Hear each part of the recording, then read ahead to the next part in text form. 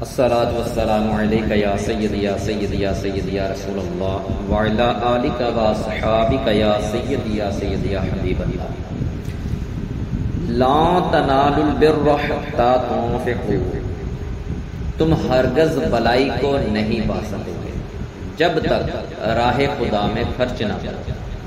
اس آیت میں بلائی سے مراد تقوی اور فرمانبرداری ہے، اور خرچ کرنے کے بارے میں حضرت عبداللہ بن عمر رضی اللہ تعالی عنہما نے فرمایا کہ یہاں خرچ کرنے میں واجب اور نفلی تمام صدقات داخل. امام حسن بصری رحمۃ اللہ تعالی علیہ نے فرمایا جو مال مسلمانوں کو محبوب ہو اسے رضا الہی کے لیے خرچ کرنے والا اس آیت کی فضیلت میں داخل ہے، خواہ وہ ایک کھجور ہی ہو.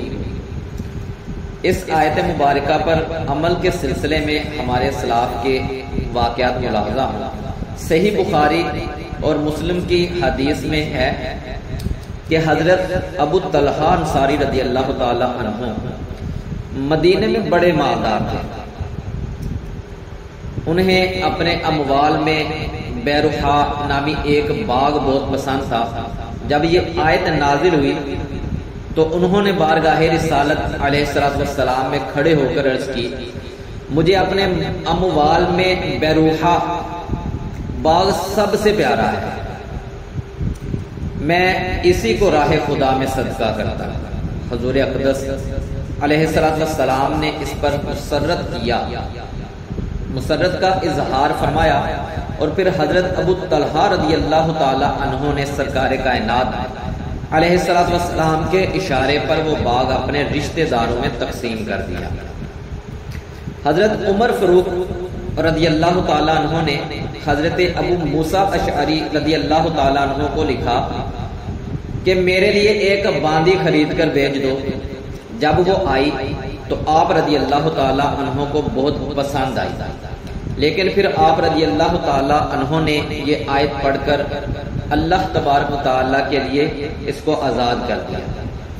حضرت عبداللہ بن عمر رضی اللہ تعالیٰ عنہما فرماتے ہیں میں نے اس آیت لا تنالوا البر حتی تنفقوا مما تحبون کی تلاوت کی تو میں نے اللہ تبارک و تعالیٰ کی عطا کی ہوئی نعمتوں میں غور کیا کہ کون سی نعمت مجھے سب سے پیاری ہے.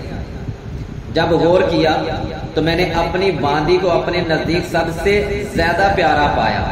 اس پر میں نے کہا کہ یہ اللہ تبارک و تعالیٰ کی رضا کے لیے آزاد ہے، اور اگر یہ بات نہ ہوتی کہ جس چیز کو میں نے اللہ تبارک و تعالیٰ کے لیے کر دیا اس کی طرف نہ لوٹوں گا تو میں اس باندی سے نکاح کرتا.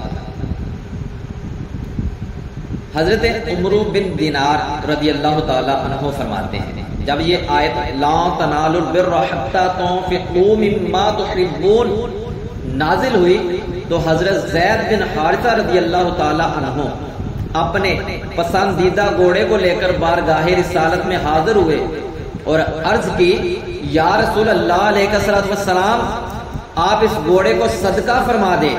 تاجدار رسالت علیہ السلام نے وہ گھوڑا ان کے بیٹے حضرت اسامہ رضی اللہ تعالی عنہ کو عطا فرما دیا.